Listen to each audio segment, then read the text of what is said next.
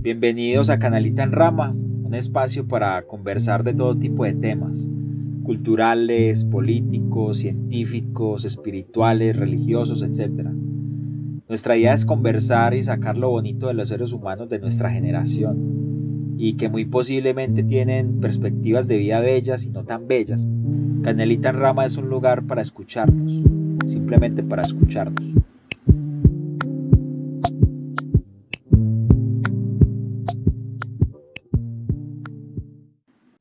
El arte define lo bonito del ser humano y está expuesto en prácticamente todo lo que hacemos, en lo que vemos, en lo que palpamos, en lo que oímos, en lo que sentimos, y hay exponentes que enaltecen cada átomo en favor del ser humano. Y hoy en Canalita en Rama tenemos a uno de esos exponentes que caminan junto a nosotros y con sus acciones y también con su talento ilumina nuestros días de esperanza y hermosos momentos. ¿Cómo estás, Sara? ¿Qué más? ¿Cómo estás? Muy bien, muchas gracias. Me encantaría conocer un poquito cómo te metiste en este cuento del arte. O sea, ¿qué fue lo que me dijiste? Esto es lo mío. Bueno, la verdad, hay personas que tienen que recurrir a esa búsqueda, ¿cierto? Pero yo creo que yo lo tuve clarísimo desde el sentir cuando era niña. Ok. ¿Por qué? Porque, bueno, en Facebook te ponen una descripción, yo siempre pongo el arte es todo lo que deberías saber sobre mí, es que el arte es toda mi vida. Wow. Entonces, y es así, no estoy mintiendo. Yo desde muy pequeñita, mi mamá pintaba, ¿cierto? Sí. Mi mamá pintaba y pues el quehacer de ella era natural en la casa y pues lo mío era observarla y tratar de imitarla. O sea que tuviste un ejemplo. Sí, tuve un ejemplo, tuve un acercamiento al arte, ¿cierto? Me llamaba mucho la atención lo visual, sí, y me llamaba mucho la atención lo escénico. Okay. Digamos que yo ni siquiera puedo desligar el arte o digamos separar las artes. Para mí todas las artes son convergen, importantes. Sí, todas convergen entre sí y tienen que ver la una con la otra.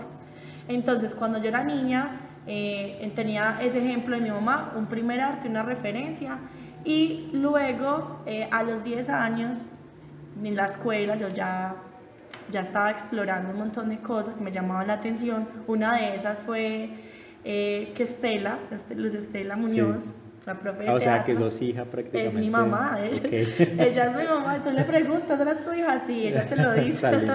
Sí, porque Estela me cogió pequeñita. Y como me cogió chiquitica en el colegio, ya fue a dar clases de teatro, yo no tenía ni idea qué era. Sí. Me metí. Yo dije, ve, vamos a meternos, pues me pareció como interesante.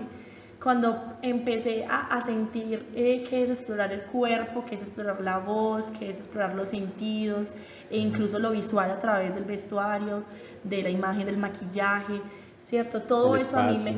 total, el espacio, la planimetría, el saber dónde ubicarse, dónde pararse, dónde te da la luz, todo eso era un mundo nuevo para mí y me capturó de una, ¿cierto? Y yo no sabía que eso era un talento, pero se fue desarrollando, se fue dando muy fácil desde los 10 años. O sea, te digo que hasta el son de hoy, Estela y yo todavía tenemos que ver con relación al teatro. Genial. Y ya tengo, ¿cuántos? 28. O sea, que te metiste de lleno también con el teatro. Sí, el teatro, sí. Lo que pasa, a ver, cómo voy a ir por etapas. Tranquila. No, es largo, pero bueno. Con Estela fue un proceso de toda la crianza mientras estuve en el colegio, y yo pasaba al colegio y me iba inmediatamente para la Casa de la Cultura, vivía allá todo el tiempo. Imagínate que alfabeticé y terminé alfabetizando como 3 años. ¿En serio? Porque sí, porque yo solamente iba de parche y me sumaba las horas. Al final, para eso? Sí, al final como que Sara, no, venga, para que se vaya de una vez firme. Y ¿sabes qué es lo más irónico? Que terminé trabajando allá, o sea, acá en la Casa de la Cultura. Y bueno, con Estela el teatro a partir de grupos, desde la enseñanza, es decir, yo siento que esta mujer me formó en todos los aspectos escénicos. Me siento muy completa con relación a lo que aprendí, desde la dramaturgia, desde la escena, desde el cuerpo, desde la danza, desde el manejo de la voz, todo eso se favoreció. ¿Y cómo es meterse en la piel del personaje? ¿Cómo sientes eso? No, eso es maravilloso y eso tiene que darse orgánico. Cuando no se da orgánico, se ve impostado y la gente lo nota, la gente sabe que es algo falso y que realmente no fluye y no conectas con ese personaje. Pero cuando tú te metes en el papel es porque realmente en esos minutos o en esa hora que dure tu performance o tu puesta en escena, eso lo que va a hacer es desconectarte de toda tu vida, te va a olvidar todo lo demás. No es solamente llegar y recordar las líneas que tienes que decir, sino que te pones en la situación del personaje y empiezas a sentirte como él.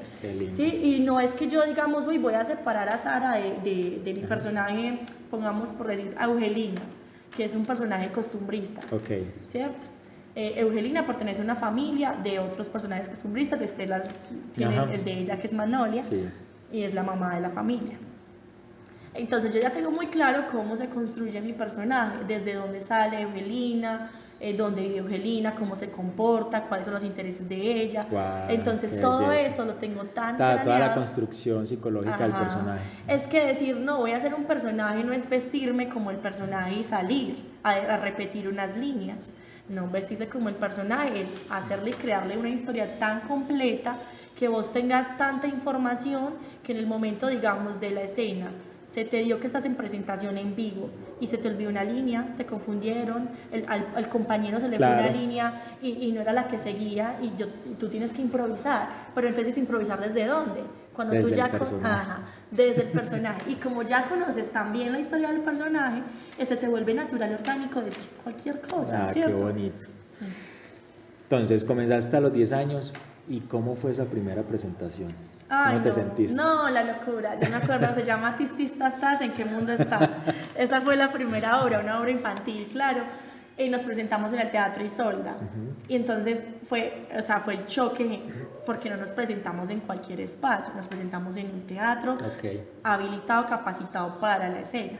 Entonces, imagínate, 800 sillas, yo veía eso enorme, yo de niña lo veía grandísimo, yo ahora voy y me parece pequeña, pero cuando fui era grandísimo, el susto, obviamente se me perdieron algunas líneas, pero improvisé, ¿cierto? Que es lo que Estela nos remarcaba bastante, aprender a improvisar y a manejar el escenario, a ubicarnos en la luz, a proyectar la voz, que es, digamos, una de las cosas más difíciles cuando te presentas en escena, porque aquí conversando se escucha perfecto, pero proyectar la voz para que te escuchen los de las últimas sillas, eso es un poquito complejo y no se logra tan fácil. Pero fue una experiencia maravillosa, te lo juro, ya hasta el son de hoy yo no siento con nada más como cuando yo me paro en un escenario, cuando me presento en un escenario. Y te juro, uno siente la presión y siente el pánico, pero como dice Estela, si vos dejas de sentir esas maripositas en el estómago, entonces ya no hay nada, ya no hay nada, sí, ya déjalo ir, es como con una pareja, ¿cierto? Si ya no sientes como, ay, esa vibra o esa emoción con la persona, ya no sientes ahí. Con el teatro todavía lo paso, es el amor de mi vida. No, se nota totalmente. Sí, totalmente, es así. ¿Y siempre has estado en el teatro o también, por ejemplo, la televisión o el cine? Bueno, he incursionado, ¿cierto? Digamos, el teatro es la mamá de todo, ¿cierto? Y hay unas pequeñas ramas, que está el cine, por ejemplo, y está la televisión. Yo escuchaba yo estuve en unas conferencias con del Águila Descalza, y él decía, me puse a hacer una película y no fui capaz. Porque el actor de teatro es expresivo, o sea, y le decía al de la cámara que te reducen. Entonces, y te dicen qué hacer. Exacto. Es súper difícil, aburridorcísimo. Sí. Sí, exacto, o sea, y da tristeza porque es que el teatro es en vivo, todo es en el momento, y se trabaja demasiado para presentarte una hora o 20 y tenés minutos. El público que es como la interacción, exacto. En cambio, en cámara, todo es según el ángulo del director. Casi que a veces te dice, no hagas esto. O sea, uno hace una propuesta de personaje y uno lo presenta, pero entonces él te llega a quitar y a quitar y a quitar. En el teatro también hay un director de teatro, ¿cierto? Pero no es, él digamos, trata de que pongas. Exacto. Y te puede quitar, pero digamos que todo lo hace en pro de la escena, más el director de televisión lo hace en pro de la imagen, de cómo se va a ver, porque todos lo están viendo desde diferentes puntos y cortan e interrumpen al personaje constantemente, constantemente. Sí.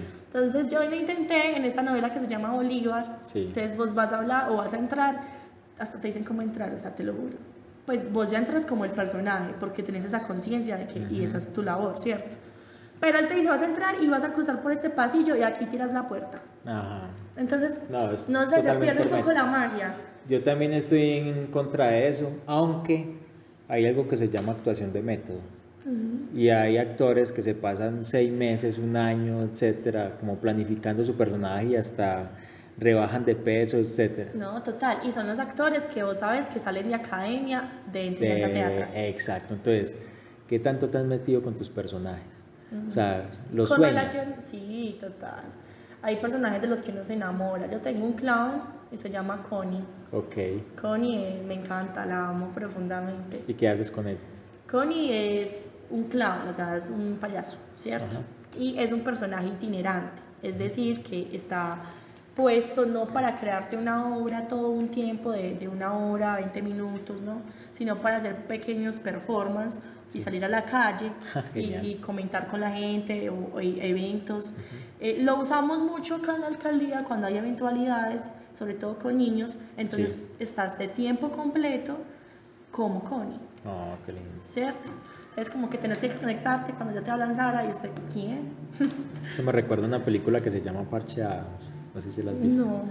Recomendadísima porque uno de mis mejores actores, lo que yo amo, se llama Robin Williams. Ah, sí, Robin. Sí. Ay, que Robin hace de clown para un hospital. Ah, claro. Yo amo esa película, yo crecí con esa película. Y Robin es un animal. Bueno, era un animal, brutalísimo, súper teso. Bueno, entonces, ¿qué pasó digamos, en tu secundaria, cuando estuviste en la secundaria, cuando estuviste en la primaria? Porque terminaste también haciendo otras ramas del arte, o sea, ¿cómo fuiste pensando eso? Bueno, la verdad es que, como te dije, el arte es antojador, el arte te hace meterte con otras artes, porque todas tienen que ver, ¿cierto? Sí. Y las artes escénicas yo la considero como la madre de todas las artes, y creo que en teoría es así. Okay. ¿Sí? Porque de ahí ya las demás expresiones, o sea, ella toca todas las expresiones humanas, y desde todas las expresiones humanas salen otros sentidos hacia otras ramas de otras artes. Okay. Sí, ya con el tacto y lo visual. Claro, las artes también comenzaron con eso, con las presentaciones estas de Inglaterra, esas de ópera, pero no eran ópera, eran otras. Sí, eran dramaturgias. Dramaturgias, exacto. Eran dramas y y entonces ¿qué pasaba? Todo empezó pues con expresiones humanas y en los teatros y en Roma, no se concibía como teatro, pero llegaban a ser representaciones de las historias del pueblo y empezaron a presentarse en lugares aglomerados y se empezó a crear toda una cultura, a concebirse como teatro después. Pero ahí también había música, también hay literatura, también hay lo visual, lo plástico, ¿cierto? Y de ahí fue que yo, digamos, con el teatro empecé a meterme a otras ramas, como la escenografía, como el vestuario, como digamos el maquillaje, porque me llamaba mucho la atención lo visual. O sea, no solo sentir la escena, sino cómo se ve la escena, cómo lo ven los demás. Y ahí, digamos que empecé a incursionar. Y yo ya tenía, como te dije, la base de mi mamá que pintaba, entonces como ya, bueno, ya. Ahí está. Ya hay algo más, había algo más que me gustaba y era el arte plástico y visual. Yo soy artista visual porque decidí estudiarlo. Es decir, es que fue una locura. Porque yo tenía toda una vida desde niña haciendo teatro y llego al 11. Momento, exacto. Sí, el momento de decidir. Sí. Y eran muchas presiones, porque ya sabes cómo funciona en Colombia, cómo coincide en el arte acá, ¿cierto? No como una profesión verdadera. Entonces mi familia realmente no me apoyaba, mi mamá no tanto, mi papá, la presión era de mi papá, porque entonces un trabajo no te va a dar un trabajo estable, Sara, conseguiste otro trabajo y después, siempre. Sí, o sea, consíguete un trabajo que valga la pena y después y que con ese trabajo estudias lo que a usted le gusta. Y yo, pero ¿cómo voy a perder el tiempo de esta forma? No tiene sentido, pues de una vez estudio el que quiero, ¿sí? Exacto. Pero yo fui muy loca y yo me presenté a la UDA y me devolví, o sea, pagué el fin, hice todo y me devolví, no me presenté. Me dejé presionar un montón de mi familia esa vez y como que me entró como una cierta culpa, como me siento perdida en el mundo y me devolví en bus. Okay. No me presenté nada. Después, otra vez hablando con Estela, no hay que presentarse, no sé qué, me presenté otra vez y luego cambié de opinión y me presenté a artes visuales. Me presenté a artes plásticas. Pero ibas directo a teatro. Sí, iba para teatro, siempre había tenido en mente teatro, pero también me gustaba el arte plástico y me iba muy bien. Entonces dije, no, me voy a meter por la otra, pero no pasé a la UDA porque me faltaron 4 puntos y sí, para pasar, y te barren además los que logran el tope. Pero me parecía muy ridículo porque es el único examen de arte de la UDA que no tiene que ver con arte. Allá el examen es lógica, matemática. Créame que todos los que estamos en arte pensamos eso. Y yo digo, ¿pero qué es esto? Cuando yo me encontré con, yo pensé que me iban a hacer un examen así, venga, dibujemos, vamos a hacer hágame un retrato en 5 minutos, pero nada. Hay una película que se llama Noviembre, se la recomiendo mucho. Y está el personaje, él le van a hacer como una audición para ser actor. Ajá. Y él hace un performance. Y entonces se me viene como a la mente lo que usted me está diciendo es que, por ejemplo, nosotros que somos artistas, deberían medirnos así como tal, como artistas. Total. No meternos un examen súper extensivo de cuántas matemáticas vas a resolver. Eso es maluquísimo. Yo soy bien mala, a mí nunca me fue bien. Nunca, soy terrible, soy pésima y no me gustan. Además, por eso yo creo que no aprendo, porque no conecto, no me interesa ir a buscar, no me interesa nada de eso. Entonces, yo me encuentro con ese examen, yo dije, no, ¿qué es esto? Yo ya no voy a poder. Lo que hice fue hacerlo como al pinochazo, todo lo de matemáticas, lo de comprensión lectora sí me gustaba, entonces lo hice a conciencia. Claro. Pero no me alcanzó, fíjate, no me alcanzó. Y yo me fui muy ofendida porque eso no mide el talento en relación a mi arte. Y las demás artes sí, por ejemplo, artes escénicas son 6 meses de examen. Tú entras a un preparatorio, o sea, tú pasas con un monólogo, luego entras a un preparatorio de 6 meses y al final pues pasas a la carrera. Sí. Pero eso, y música también es directo en música, danza también, menos artes plásticas. Entonces, bueno, me ofendí, no quise más, intenté en Bellas Artes, allá sí fue un examen pues de arte total, pero luego el presupuesto, ya tenía que ver ese presupuesto, que pagar. Entonces no me daba. Así que me dediqué unos buenos años a trabajar. De lleno. Sí, a trabajar en otras cosas. ¿Y qué crees? ¿Perdiste ese tiempo? No lo perdí, pero me dolió profundamente. Okay. Porque yo, digamos, sí empecé tarde a estudiar, tarde en mi concepto, pues todo el mundo tiene una versión. Pero yo empecé tarde porque es que yo quería hacerlo y que me rindiera para hacer unas cosas, pero también siento que me nutrió mucho haber tenido experiencia en restaurantes, en cocinas, trabajé como mesera en un casino, en call centers, se diversificó. En todo. Entonces me nutrí mucho como persona, aprendí, tuve muchas otras herramientas y eso me reconfirmó todavía que mi camino era el arte. No era otra cosa. Entonces siempre me ves, yo iba llorando donde esté la deprimida, yo no puedo más con esto, yo no quiero esta vida. Y ella me decía, no, pero es que mira, el arte siempre volvía y me encaminaba, siempre resultaba algo, nunca dejé el contacto con el arte. Es tu camino. Exacto. Y dije, bueno, empecé con esto de los castings, con teatro y todo. En la televisión se maneja mucho la rosca. La rosca, hay que decirlo. La preferencia del director. Están los trabajos universitarios, los que no te van a pagar o los que te pagan muy poquito. Y está, por ejemplo, si te enfocas hacia la televisión, es complicado. La televisión es durísima. Yo lo intenté, yo estuve, pues, la verdad, aquí tenía contacto con Camilo y él me ayudó muchísimo.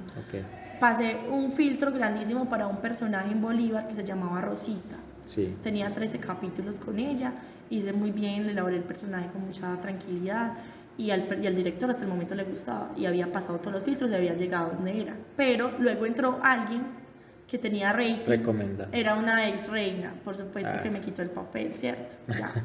Y ella pudo haber hecho 2 meses de teatro y yo desde los 10, por eso no importaba. Entonces todo ese tipo de cosas a mí me hicieron desconfiar. Me hicieron desconfiar del arte en Colombia, al menos el teatro en Colombia, ¿cierto? Y no el teatro como tal, sino la televisión. ¿Pero te quedaste en Medellín o te fuiste para Bogotá? También intenté en Bogotá, pero Sí. para los castings solamente, Ok. no para establecerme. Y eso también me parece triste, porque si quieres proyectarte como full en el teatro y metértela todo, tienes que irte para Bogotá. Claro. Bueno, no estoy muy de acuerdo con ciertas cosas del sistema, no del teatro como tal, sino del sistema. Pero yo tengo un pensamiento sobre eso porque a mí también me ha pasado. Yo soy productor de televisión y me enfoco más hacia el cine. Yo soy cineasta. Ay, el cine es espectacular. Entonces yo siempre he dicho que, o sea, si no te resultan las posibilidades, pues hazlas, ¿cierto? Entonces, por ejemplo, con unos compañeros estamos reunidos y queremos hacer cine, pues metámonos y hagamos cine, así sea con un celular. O sea, no quedarnos, es difícil para nosotros, porque no a mí tener también, la herramienta, es bien costosa. yo tengo una historia muy parecida a la tuya y es que la familia a uno le pone como un molde, te pone un molde, usted va a ser este tipo de persona y nos encantaría que fuese este tipo de persona, pero uno va como por otro camino. Y al irse por otro camino, te jodiste con la familia. No, o si te quedas con ellos, te desconoces, que es lo que me pasaba a mí. Yo decía, Dios, me siento perdida. Total. Y es totalmente entendible lo que tú dices. Uno con las artes tiene que ser, digamos, un poquito rebelde, Sí. darse de cabezas y irte hasta lo último, ¿cierto? Si no están las posibilidades, los recursos, hacerlo de todas maneras. No, yo lo intenté con el teatro, pero... No, y eso es lo que te define también como actor, como persona que trabaja en el arte, y es uno de por sí tiene un espíritu rebelde. Todos los artistas tienen ese espíritu rebelde. Total, y yo creo que yo por eso intenté con el teatro y amándolo mucho, fue que cambié de decisión y dije, y entonces, voy a ¿cómo lograste llegar como a ese...? ¿Cómo llegar a las plásticas? Bueno, las plásticas como... No, y con el teatro, no me gustaría dejar porque todavía estás en el teatro.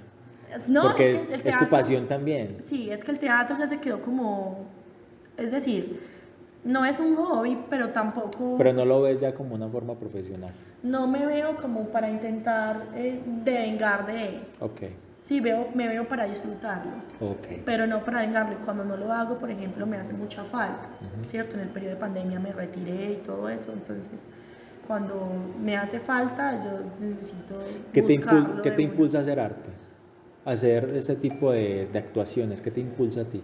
Pero como, ¿cuál es tu pregunta? O sea, uno tiene como un bichito interior de que quiere hacer algo, de que te quieres mostrar, quieres que te vean o quieres mostrar una esencia.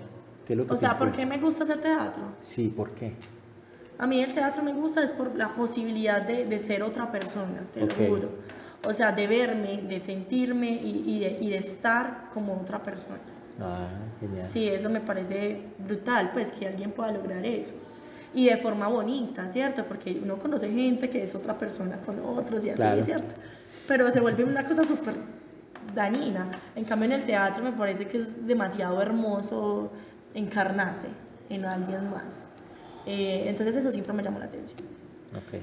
Y yo, la verdad, o sea, con el teatro como profesión perdí la fe absoluta, no porque no se logre, no porque otros no lo hayan hecho, sino que conmigo, con mi experiencia, con lo que yo sentí, me costó mucho como confiar en ese aspecto. Y entonces yo dije, no más, yo voy a cambiar, voy a retirarme, me alejé un poquito de eso, finalmente decidí presentarme a artes visuales en la Débora. La Débora era. Ya no quise intentar en la Débora, ya me aburrí. Entonces me fui para la Débora, fue mucho más sencillo, de hecho yo me iba a matricular otra vez en teatro, imagínate la decisión. Me iba a matricular en teatro, finalmente me replanteé, hablé con personas que son muy allegadas a mí y dije, no, intentemos con las visuales, ya llevas mucho tiempo desde teatro, haciendo teatro también, date la oportunidad de experimentar otra arte que también te gusta. Okay. Y me metí con las visuales. Y de hecho todos mis trabajos tienen que ver con el arte escénico. O sea, siempre, yo no me siempre está presente. Sí, es que es una cosa absurda porque entonces cogí mucha cancha con el arte visual, me fluyeron las cosas mucho mejor que con el escénico, porque digamos no depende tanto de otras personas, sino de uno mismo, de su propia creación, del tiempo que inviertas en tus piezas, en tus obras. Entonces eso me parecía como más dominio y me gusta el dominio, ¿cierto? Okay. Entonces no me gusta que yo dependa tanto de otros, me gusta depender de mi propio trabajo. y no seré la más disciplinada porque yo creo que es muy duro ser un artista súper disciplinado, son muy poquitos. No, eso es complicado. Sí, pero te lo juro que me siento mucho más tranquila cuando yo sé que lo que voy a hacer depende de mí y no de otros agentes externos para avanzar. ¿Qué has expuesto también tus obras? En la Débora Arango, como obras de trabajo. Sí. En este momento estoy en creación de mi futura exposición ya para afuera. Genial. Sí, y es muy bella, habla de lo indomable del espíritu, que es así como coincido mi espíritu, mi alma. Ajá. Entonces, sí, también toca un poquito de eso, de cómo el arte me ayudó a entender la vida de esa forma. Yo digo que el arte, hay una frase que supuestamente dijo Van Gogh, no estoy segura, pero siempre me aparece con esa referencia de que el arte está hecho para consolar a aquellos que están rotos por la vida. Total. Y creo que es supremamente cierto. Yo siento que si yo no hubiera conocido el arte en mi vida, me hubiera perdido. Sería otra persona o me estaría. No, eso es como una corriente de viento. Te toca a ti y usted con esa corriente que expresa tocas a otras personas. Es un rebote bonito. Todo el tiempo, sí. Constante. Sí, es muy lindo. Y yo, por ejemplo, mira, yo me formé como artista visual, pero no como pedagoga. Okay. ¿Cierto? Eso me ha tocado aprenderlo por fuera, porque la Débora te instruye a ti como maestro en arte, pero no como profe de arte, es diferente. Y veo que estás enseñando. Estoy enseñando. Estás enfocada también en la pedagogía. Estoy enfocada en enseñar y eso fue algo lindo que llegó solo. Mi hija está en una de tus clases y te ama, la verdad. ¿Sí? Sí, ella te tiene muy buena estima porque tienes un carisma muy bonito para tratar a las personas. Eso. Y ella lo nota. Exacto. O sea, yo creo que ahí está también la diferencia. Uno puede enseñar y ser muy teso en enseñar o ser muy teso en lo que haces, pero si no tienes como el tacto para hablarle al público al que te diriges, teatro. La arruinaste. Ajá, el teatro, ¿ves? Yo siempre digo, yo a mí gracias vida por enseñarme, por cruzarme el teatro, ¿sí? Porque yo creo que todo el mundo debería. Vos ves los políticos, todos manejan unas posturas y ellos realmente se sumergieran a hacer teatro, lo harían bien y ganarían y lograrían. ¿Por qué? Porque interiorizarían las cosas y sería natural. Y les daría muchas herramientas, porque es que yo creo que el teatro es indispensable, al menos como para que no te vas a dedicar, no es tu hobby ni siquiera, listo, pero al menos para que te dé herramientas para hablar en público, para proyectar tu voz, para moverte, para hacer flexibilidad en tu cuerpo, para socializar, para danzar, o sea, te va a ayudar con muchas cosas. Totalmente. ¿Por qué te digo? Porque es la madre de todas las artes, entonces maneja todas las sensibilidades y te va a aportar en alguna, sí o sí. Y conmigo lo hizo con los niños. Ah, qué lindo. En el contacto con los niños. Sí. Eso es muy lindo. Sí, sí. Fue gracias al teatro que yo le debo ese don de enseñar a los niños. Ah, súper bonito. ¿Cuál sería tu personaje soñado? Ay, esa es una muy buena pregunta. No me la había hecho nunca, te lo juro, ¿no? Nunca me había hecho esa pregunta. Bueno, yo creería que el personaje soñado sería un personaje completamente opuesto a mí. Ok. Porque es que el reto sería grandísimo.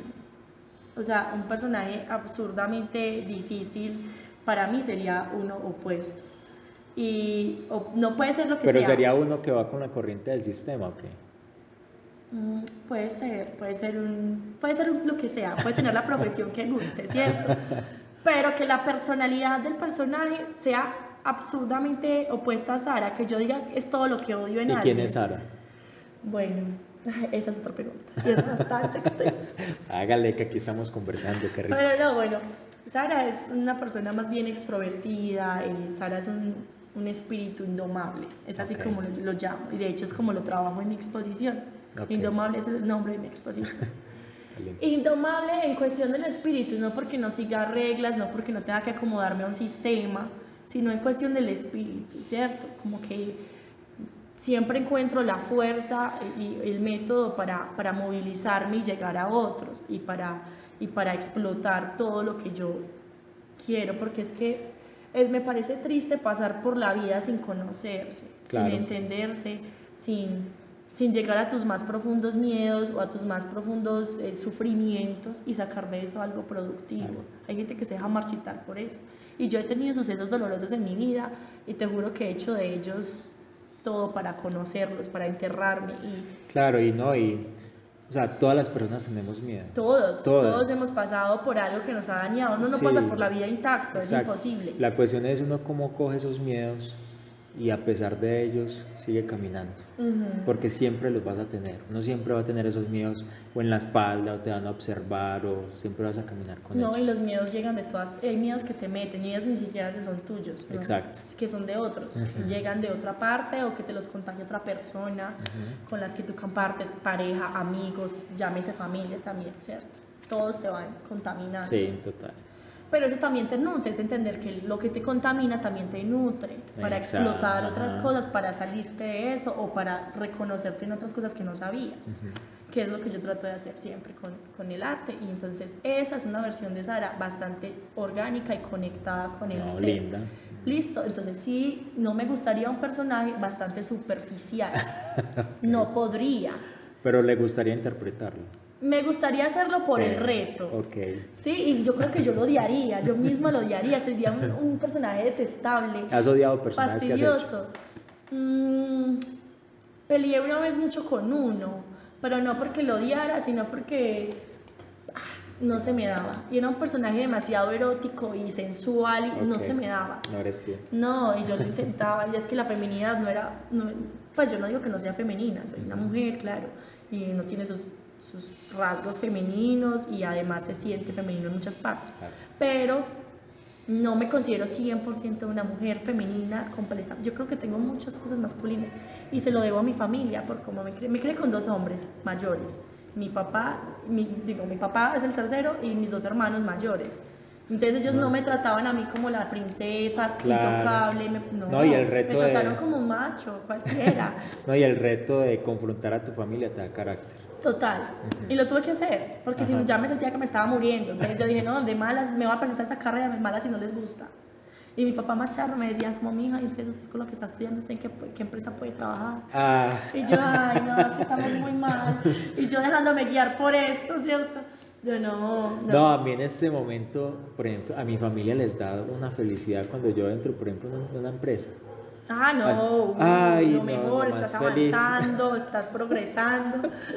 Qué pesado, ¿cierto? Y yo la miro a los ojos y yo lo que quiero, lo mío. Así debe ser. No, y mi papá ha sido muy barraquito, toda la vida ha trabajado un montón y entonces por lo mismo él dice, uno tiene que es construir su propia empresa, construir su propio sustento. Claro. Pero él no lo veía desde el arte, él creía que no podría hacerlo desde el arte, él lo ve como todo lo que va a plata. ¿Y en este momento cómo te observa? Mi papá ha cambiado mucho la personalidad ya y se ha transformado con su pensamiento. Y me dice, no, mi hija, pues por ejemplo, él ve mis cosas y dice, usted hizo eso, usted hace eso. Wow, entonces empezó a valorar, empezó a entender que sí tenía trabajos con el arte, que sí habían otras posibilidades. Entonces ha abierto un poco más su panorama. No, y sabes que eso te vuelve una persona muy valiosa, muy importante. Al menos para tu círculo familiar te vuelve súper importante. Porque eres alguien que rompe totalmente con un ciclo. Eso. Rompe con ese ciclo y las futuras generaciones van a estar un poquito contagiadas con lo que usted es. Y eso es muy, muy bonito. Sí, y sabes que sí, es real porque mi mamá siempre me dice, ves que tengo 2 sobrinas. Yo no tengo hijos, pero mis hermanos cada uno tuvo una niña. Y mis sobrinas me ven a mí, o sea, no, yo quiero ser como mi tía, yo quiero hacer esto, entonces mi tía, Qué ¿cierto? lindo. Entonces, eso es lindo. Y eres un modelo a seguir. Por ejemplo, yo me presentaba en el Teatro Isolda haciendo con las obras y ellas iban y ellas diciendo a todo el mundo, ella es mi tía, ese personaje ya es mi tía. Eran así emocionadas, súper. ¿Y cómo te sientes con No, eso me hace sentir muy orgullosa, Okay. O sea, eso me hace sentir que estoy haciendo las cosas bien. Sí, el que ellas me vean como referente, aun cuando uno mismo no se concibe como referente. Sí, yo no digo, no, yo soy el ejemplo a seguir, todos deberían hacer como yo. No, uno apenas conoce. Pero sí lo eres. Pero también los niños... hay veces se lo tiene que creer también. Tiene que tenerse un poquito más de fe, que es lo que me ha costado más, como confiar en mí, en mi trabajo, en mi forma de hacer las cosas. Eso me ha costado bastante, tener esa confianza. Pero los niños, o sea, mis estudiantes y mis sobrinas, me devuelven como esa confianza en mí, como, ven, sí puede ser un aspecto a seguir en algunas cosas, ¿cierto? Okay. Y eso es bello, porque uno no sabe, alguien me decía una vez que es que uno no sabe, uno enseña, pero uno no sabe qué se le queda a ese niño de lo que uno enseña. Sí. Y no todos te recordarán y cuando crezcan y todos, pero habrá alguno que se le quedó algo. Y no necesariamente de la técnica de lo que estabas desarrollando, sino de pronto algo que le dijiste, un trato, o lo escuchaste. Total. O le diste algo. Entonces, son detalles pequeños que significaron para esa persona y que uno no sabe, que uno no se da cuenta de eso. Eso, por ejemplo, mi hija lo ve en ti. Mi hija tiene un carácter muy fuerte, ella es muy templada, pero, calladita. Exacto, pero tiene una forma y un trato muy dulce. Y ver, por ejemplo, usted también tiene un trato muy dulce, y ver como ese trato bonito, como que ella la llena como de... Te la tranquiliza. Sí. Entonces, ¿te encanta ir a clase? Sí, la verdad le fascina ir a clase tan de bueno, ¿no? Y yo trato de que mis clases sean así súper relajaditas, ¿sí? O sea, no relajadas al punto de que se me desborde el de desorden. Sabes que ni siquiera lo hacen. ¿En tu vida a quiénes admiras? En mi vida, o sea, ¿qué personas admiro? ¿Qué artistas también? Ok, artistas también. En la vida admiro a mi círculo cerrado. Ok. ¿Cierto? A mi mamá, a mi papá, unos cuantos amigos. Sí. Sí, porque tengo más información de ellos y sé cómo les ha tocado la vida y los Claro. admiro por eso. Y los tengo como ejemplo a seguir. Hay muchas cosas que copio de ellos para tenerlas. Y de artistas, hay una artista escenógrafa que me mata, que se llama Esde Blind. Esde Blind. Sí, yo creo que ella sería el top para mí. Genial. En arte. Sí, me parece brutalísima, me parece una tesa. Te recomiendo una serie en Netflix que se llama Abstract. Abstract, ok. Véasela. Okay, es súper buena, es cada capítulo sobre un artista diferente. Ay, qué lindo. Y ellos, es como un tipo de entrevista, ¿cierto? Pero también muestran el quehacer de ellos, los trabajos de ellos. Súper bueno, súper nutrida. Y en el cuarto capítulo, creo que es el cuarto o el tercero, está Esde Blind. Y cuentan y hablan sobre la vida de ella, sobre los trabajos. Hay que verlo. Muy bueno, uno se entona un montón, ¿no? Se siente muy inspirado. A mí, una persona apasionada me inspira. Cualquier persona apasionada por algo me mata. Con ella me pasaba eso, porque ella es una artista, es escenógrafa y digamos, hace cosas grandes. A mí me gusta lo que llame la atención, lo monumental, lo extravagante, ¿cierto? Entonces, en la creación, no tanto en el ser, porque en el ser trato de no ser tanto, me estallo a veces, te lo confieso, pues, pero trato de no serlo tanto, pero sí en la creación de mis cosas. Okay. Y ella hace escenarios, por ejemplo, para Beyoncé, para Kanye West, le ha hecho unas cosas brutales a cuantos artistas famosos ha de él. Es como una diseñadora de espacios. No, es escenógrafa. Ella es estrictamente escenógrafa. Yo creo que hacia allá vas vos. Exacto, porque entonces combina las dos artes. Exacto. Combina el teatro y combina las artes plásticas. Okay. Lo visual y llama muchísimo la atención, entonces impacta un montón. Ella llena un escenario grandísimo. O sea, cuando te veas, te vas a quedar así, pero absurda. Bueno, cuando digamos que te voy a poner un ejemplo. Salís de acá de este centro cultural y recibís el vientecito en la tarde y vas a observar la tarde y te vas a decir a ti misma hacia dónde voy, hacia dónde vas vos. Yo soy muy ambiciosa. Okay. Yo creo que sí voy a cosas muy grandes, pero cosas muy grandes pueden ser, o sea, no solo visto desde lo económico y lo material. No es que yo aspire a tener muchísima plata, no, nunca pienso en eso. Aspiro en hacer cosas muy grandes, en hacer, ¿cierto? En hacer y que eso comunique.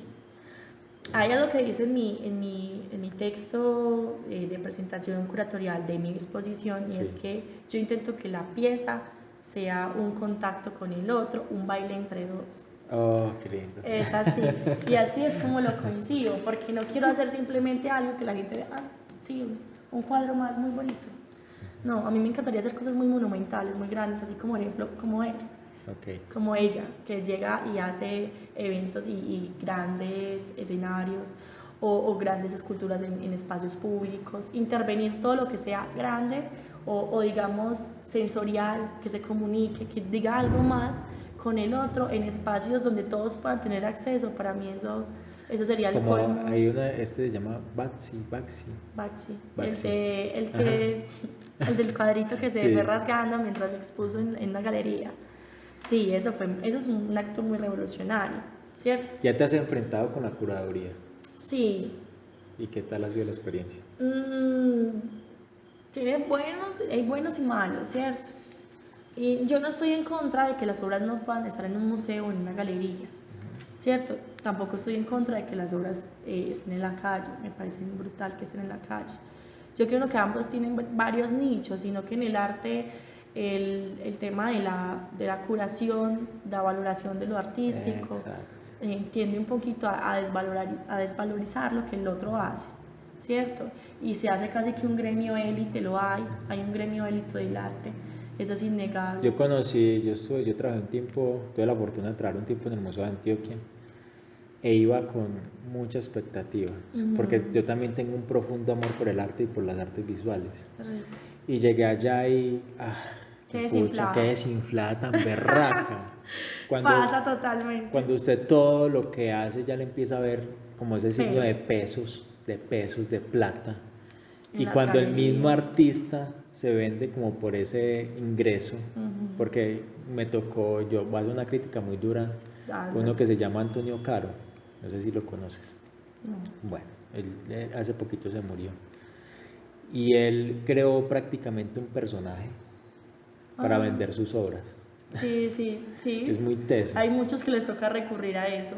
Entonces, escucharte a ti decir que quieres expresarte y que vean tus grandes obras, eso como que me lleva otra vez como a reencaucharme con lo que es el arte, como que verdaderamente qué es lo que uno siente con el arte, la experiencia que usted le impone a lo que haces y lo que me transmites a mí.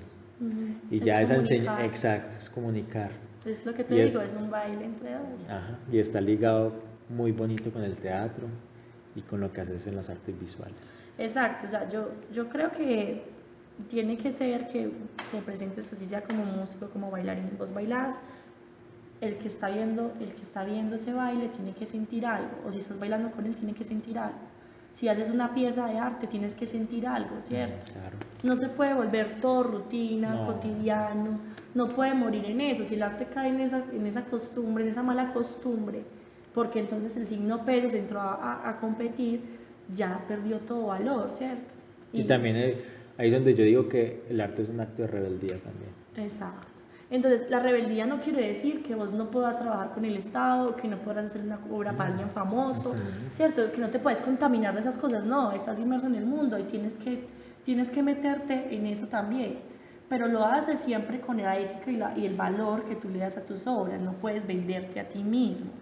Si hay cosas que ya digamos, te incomodan y te dicen, no, yo tendría que cambiar este aspecto de mí para poder hacer eso, entonces no lo justifica. Y eso es el carácter. Eso es el carácter. Y créame que toda su vida, cada paso que has caminado, ha sido para ser la mujer que sos hoy y también la defensora de tu propio arte. Genial. Sí, es el carácter forjado. Sí, y eso es lo bonito también de vivir. Epa. No quisiera dejar pasar a Canelita en Rama sin que la gente te pueda ver y conocer. ¿Tienes redes o tienes algo donde la gente de Canelita en Rama te pueda ver lo que haces? Bueno, yo tengo una red social común y corriente como todos, que es Facebook, y tengo Instagram. Diría que el Instagram, como es más visual, es como una presentación, como una carta de presentación, me parece mucho más recomendable. En el Instagram normalmente la gente cree que va a encontrar mis obras, pero yo no subo, imagínate, o sea, te digo que yo no confío 100% en mi trabajo, entonces no lo subo a redes. En mi Instagram encuentras a la Sara real, a la Sara del cotidiano, a las personas más importantes que están ahí, están en mis fotos, están mis animales que los amo con mi vida, y está mi arte que es teatro, ¿cierto? Lo visual quiero empezar a incursionarlo y a empezar a nutrirlo. Sí, porque a mí ya me generaste una expectativa, yo quiero conocerte. Seguramente. Voy a intentar hacer otro Instagram aparte con unas amigas que también son artistas las dos, Jimena Restrepo Ella es artista plástica. Ok. Y Mariana Betancourt, que también es artista plástica, pero se dedica muchísimo al muralismo y a lo Ok. digital. Entonces queríamos hacer una página que se llama Tres Nativas. Tres nativas. Tres Nativas Ilustran. Así es, Tres Nativas Ilustran. Queremos empezar a promocionar, obviamente tenemos que vengar con este arte, pero hacerlo desde nuestro confort y desde nuestro gusto. A mí me encantaría hacerte otra entrevista mostrando ese proyecto. Seguro, sería genial. De una, por supuesto, con las dos más que faltan. Ok, listo. Con ellas dos. Es un proyecto que estamos apenas trabajando. No hemos hecho pública todavía la página, por lo que estamos empezando a nutrir el contenido, pero entonces la idea es que cada una desarrolle retratos o a pedido del cliente a través de Jime lo haría desde la pintura, Sí. puras pinturas en diferentes formatos, en diferentes materiales. María lo haría desde lo digital, Sí. todo a través de lo digital, diferentes formatos también. Y yo lo haría desde lo técnico seco, desde los lápices, desde el carbón, desde el grafito. ¿Trabajas entonces, mucho el grafito? Sí, me gusta. O sea, yo trabajo todas las técnicas, seguro, soy multidisciplinar. Pero mi favorita, o de mis favoritas, porque no es solamente una, están las técnicas secas. Okay. El grafito, el carboncillo, la sanguina, los colores. Me gusta mucho, me parece muy versátil y muy práctica. Genial. Entonces dijimos, nosotras somos buenas y todas podemos ser buenas en muchas cosas, pero vamos a coger una sola cosita para ser más puntual, y cada una se enfoca en una técnica, en su favorita. Maravilloso. Entonces escogimos esas y vamos a ofrecer pues eso como producto, y ahí sí vería un poco más de mi obra, porque en mi Instagram van a ver esa mi Sara natural y a mi Sara teatrera, porque y me gustaría, tengo muchos personajes. Exacto, me gustaría ver también tú y que las personas puedan ver, porque aunque estás también enfocada en la parte visual, yo siento que, o sea, tu expresión y lo que eres es escénico. Teatro, es que el teatro, hay una frase de Nach que dice que mi alma tiene, ay, pucha, ¿cómo es eso? Mi escuela tiene alma y tablas. Okay. Mi escuela tiene alma y tablas. Hazte de cuenta, lo mismo para mí. Sí, a mí me enseñó a ser quien soy, el teatro me forjó de esa forma. Entonces, por eso me dices que me veo como muy escénica y todas las cosas. No, en la misma vida, y el mismo universo te va a ir. Hay algo que me decía hace mucho tiempo una persona que quiero mucho, que decía, cada persona tiene 15 minutos, ¿cierto? De fama. Pero esa persona puede tener esos 15 minutos de fama a los 70 años. Como repetidas veces. Exacto, como los puede tener a los 15 años, como los puede tener a los 25. Entonces no quiero que te cierres, o al menos como mi sugerencia es, tarde o temprano te va a llegar ese momentico donde usted va a decir, me siento totalmente feliz con lo que estoy haciendo y con el teatro. Eso va a llegar, ya sea a los 30, ya sea a los 40, ya sea a los 50, no importa. La cuestión es que tarde o temprano te va a llegar. Oh, genial, gracias, gracias. Me da mucha esperanza escuchar eso. Y sí quiero que sea así, y por ejemplo, pues para mis proyectos a futuro, con mis exposiciones, yo sí quiero llevar a una exposición donde yo pueda integrar ambas artes por completo, que sea una cosa así demasiado absurda, una cosa loquísima. No, y me encantaría estar ahí. Obvio. Ahí me encantaría verte. Gracias. O si hacer parte también del proyecto sería muy rico. No, por supuesto. Tú sabes que las cosas se dan de forma natural y eso fluye. Claro. Cuando hay que estar y yo te tendría en cuenta, por supuesto. Okay. Y ojalá espero que también en los términos visuales también avances muchísimo. Yo me estoy perfilando más hacia la dirección de cine, porque a mí me gusta, brutal. Y hacia la dirección de actores. Ay, qué o sea que a mí me gusta mucho, y cuando me dices que ves ese problema en el cine, yo quiero hacer algo también distinto con eso. Revolucionar eso. Sí. Qué brutal sería grabar una obra en vivo. Qué brutal sería grabar tu película en vivo, ¿no? Hay una película que se llama PVC. Es muy cruda, es colombiana, eso se llama un plano secuencia. Ah, sí. Exacto. Pues sí sé el plano secuencia cómo funciona. ¿Cómo funciona? Fue una señora, la historia es muy cruda, de una señora que le ponen un PVC, es como una bomba. Entonces muestran todo lo que hace la señora. Todo el tiempo. Exacto, eso pasó en realidad en Colombia. Pero eso va también de acuerdo a... Es que eso también se puede hacer. Qué crudo, total. Exacto. No, pero qué bueno que quieras experimentar y que quieras revolucionar el cine, porque creo que es súper indispensable. Y la gente también, bueno, o sea, es que la televisión no te gusta ese aspecto, pero no significa que sea mala por eso. Lo mismo con el cine, ¿cierto?